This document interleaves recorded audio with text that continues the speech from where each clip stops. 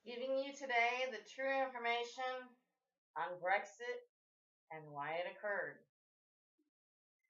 Right prior to the Brexit votes, you see the Panama Papers mysteriously leaking that Mr. Cameron had $30,000 in a Panamanian account.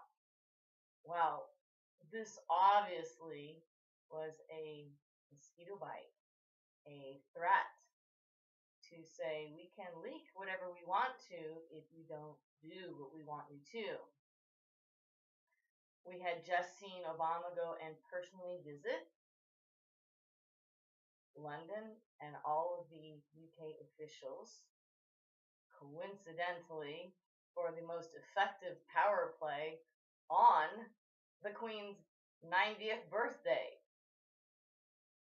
So their meetings began the day after, and he made an announcement to the press, recorded, which basically says if you don't go along with TPP, TTIP, whatever trade flavor you want to call them, they're all the same but by different names basically, then we shall have to not do business with you immediately, at least.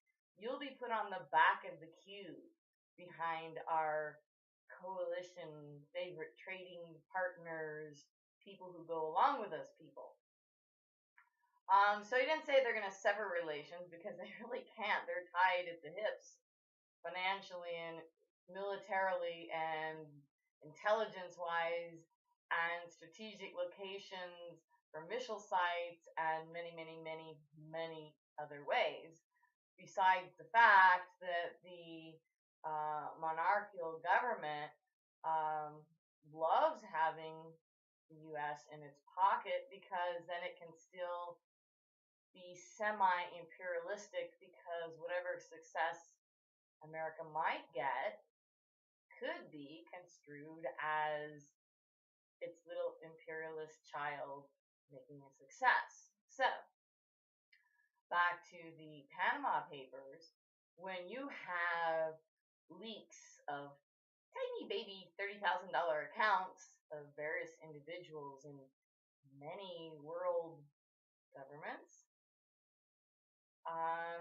you kind of get the feeling that there was a convention at some point and information was passed around about a great fund and let's all pitch in a little dibble. Then all of a sudden you have thousands of names that you can draw on to leak who's in that fund when it is your convenience to so leak. We used to call this cloth diapers. Now, however, the world is terrorized with this huge news that Cameron has $30,000 in an offshore account. Well, it wouldn't generate enough interest to violate almost any taxation law, first of all.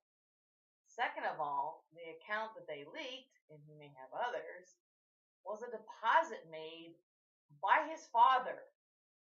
So although you can leak incriminating, angry talk against him, when he complies with what you want him to do, you can come back and clean up that same bad press by saying, well, daddy did it and he didn't know about it and it's just a little amount.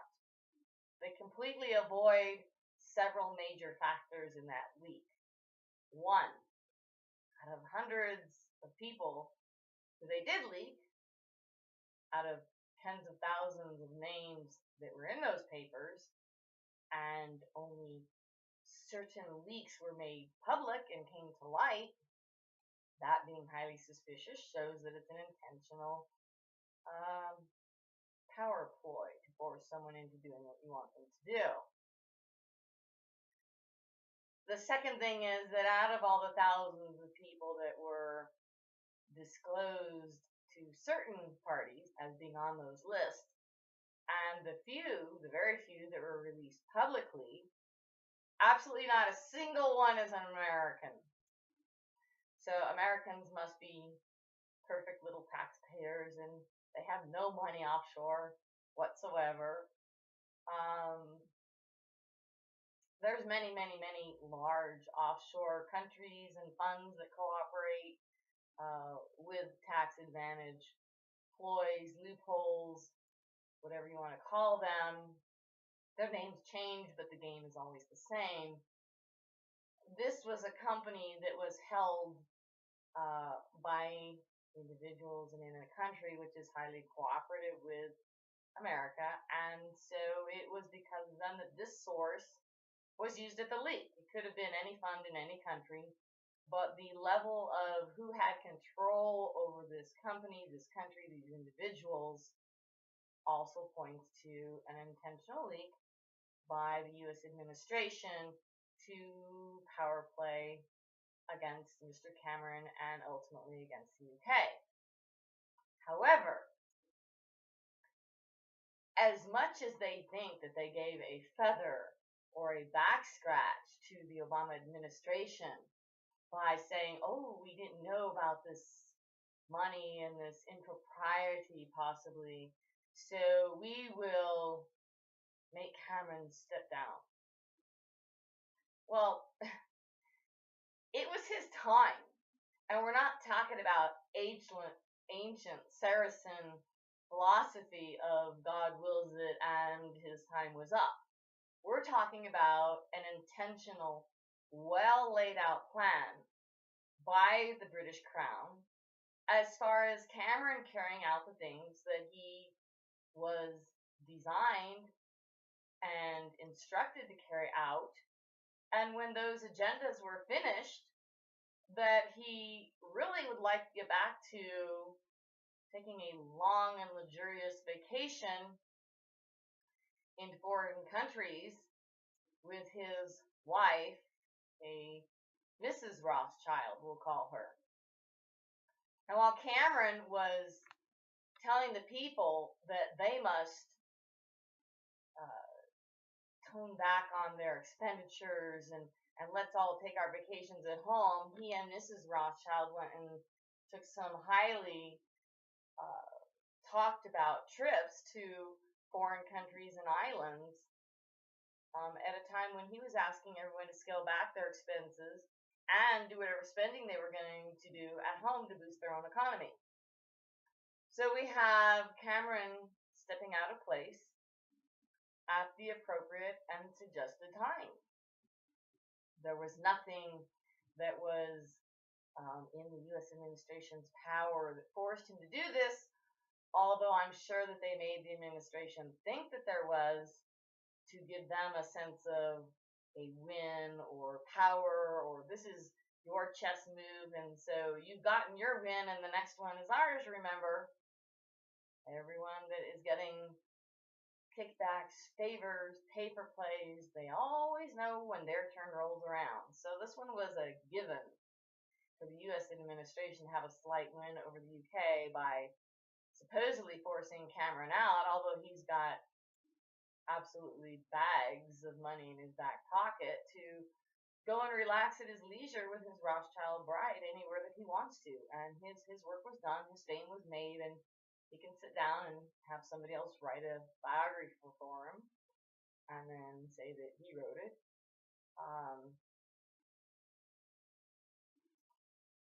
Now we get to the part about the plan.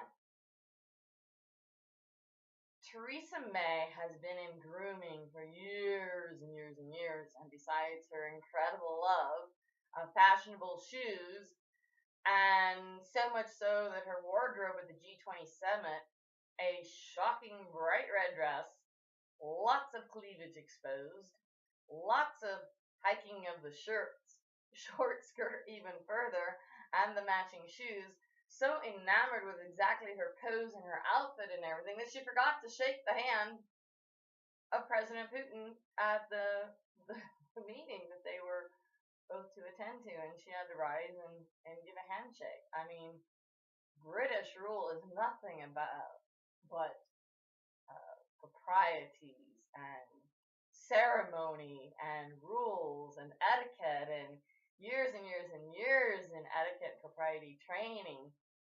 And she forgot to give President Putin a handshake because she was worried about the angle of the camera on her dress and her cleavage and her legs as they were coming out the hiked up skirt. So, her fashion sense aside, we get back to the part where she's been groomed for many, many years for a lot of things which have yet not been disclosed. And you'll see more and more of that coming to light.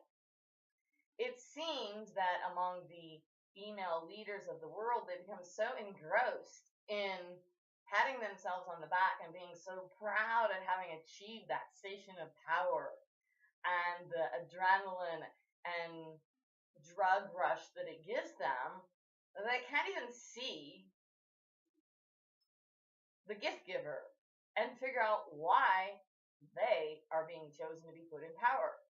And all of the individuals have things in their past which lets them be highly controllable, which makes them feel like this is an earned position after many, many years of their biting every bullet and doing everything that their training or their instructors or their handlers ordered them to do.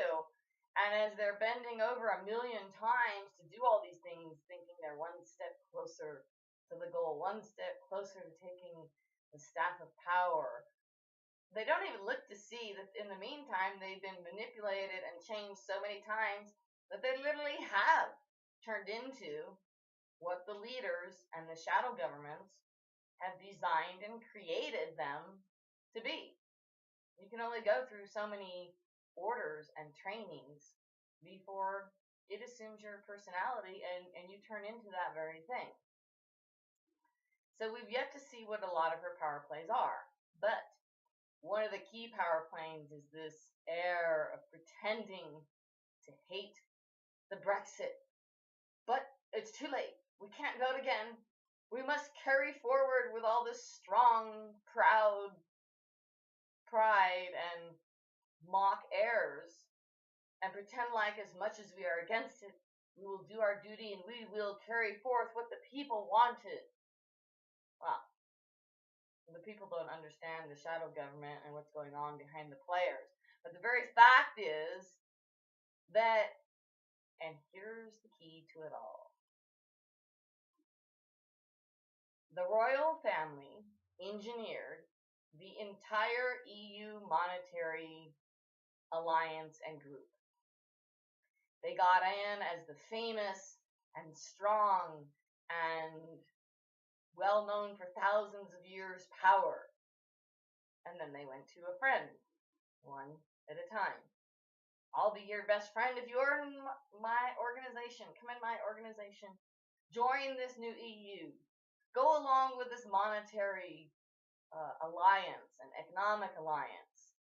And basically, what it did was it completely castrated all the power, all the monetary, all the say-so, all the judgments of rule, military, defense, and that awful word nationalism.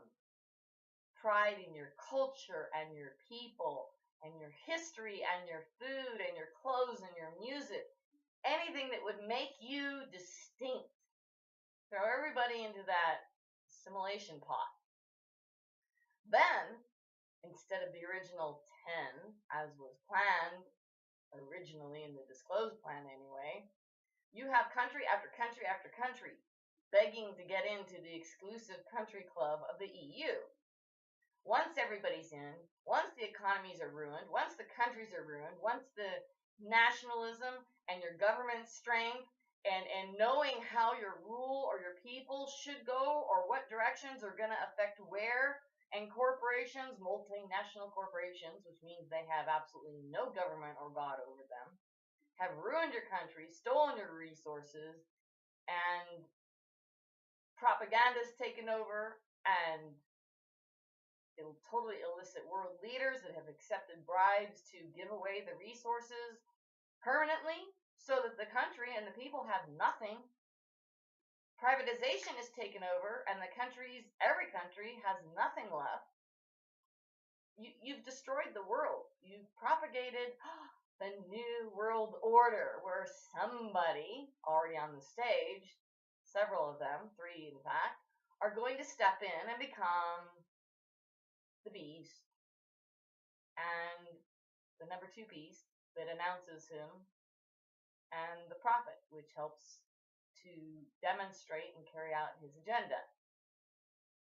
Then, as the EU countries are totally destroyed and they don't know their own origins or where they want to go or how to basically get out of a giant mess and start over again, and not just start over again with their own people, but with being a minority in their own country, that millions of refugees from these other countries have overflooded all the countries, and in the middle of taking welfare and food and housing and jobs, they want to now redesign the entire political scheme. So where are you at? Guess what? The plan comes into full frontal view as the UK exits the EU. Because as the world state sets up for New World Order, UK can sit back and now smile at this little EU group and say, we're back to being an imperial power. We want to control everything that you do, starting with the banksters on down, the economics, the food, the don't label GMOs, the don't label poisons. We're going to give you whatever we want to, because not only is it a mistake and we don't care when some of these things cause cancers or vaccines give an entire population of a country AIDS, is it really not possible for anyone to see this? That we can keep on going saying this is a horrible mistake and that is a horrible mistake, instead of realizing it's not a mistake. The intentions of the group, through many Bilderberg and other meetings, is to eliminate 7 billion of the 7.9 billion in today's population. So the part that Brexit gets out of this is the UK will get to sit back and watch and be the power that has the control, tells the other countries what to do, but yet maintains their own little island, figuratively and literally, of power, money, domination, and control. So they designed this little club, got everybody else to join, and then they jump out of it and control it from the outside. This whole little demonstration of Cameron getting caught and being punished.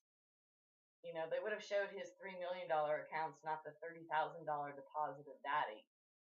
This was all intentional. When 200,000 people get killed by drone strikes, it's not a mistake. It's the intentional killing of Christians. We need to start looking at every single world event and realize that you got to start looking behind the story. When a story comes out, who was embarrassed and who had to gain from that? And what will the situation be after? Is it really a mistake? Or was this a constructive plan that the UK participated in and mainly designed all along? Thank you so much for watching. If anyone would like to help share in my support of this important work that's going on to expose these things, please find me on Twitter at ExposedConspiracy, or you may send donations to buffalostudy@yahoo.com. Thank you, and I hope to see you again soon. I'm hoping that the law firm which trained Prince Charles and my uncles and cousins, Tony Blair, Blair Wade, David Blair. Yes, I have papers which show my direct lineage all the way back to the year 1200.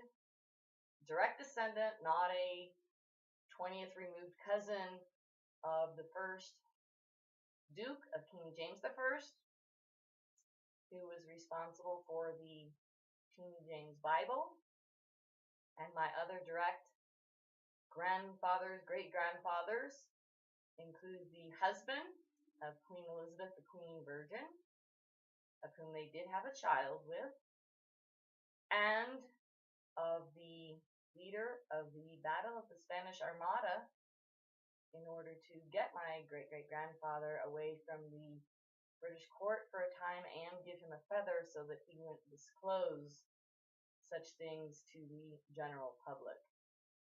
So I do have an extreme amount of background and information which came to me from my grandmothers and great-grandmothers about many such events, many such castles and things that they were involved in, and many other incidences in UK history which still are left to be explained.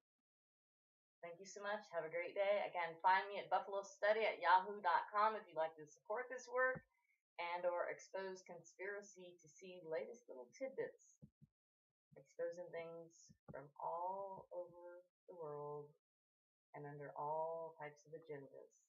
But let's watch and see how this plays out as the UK sits back to now control and operate the EU from a position on the outside. Thank you so much.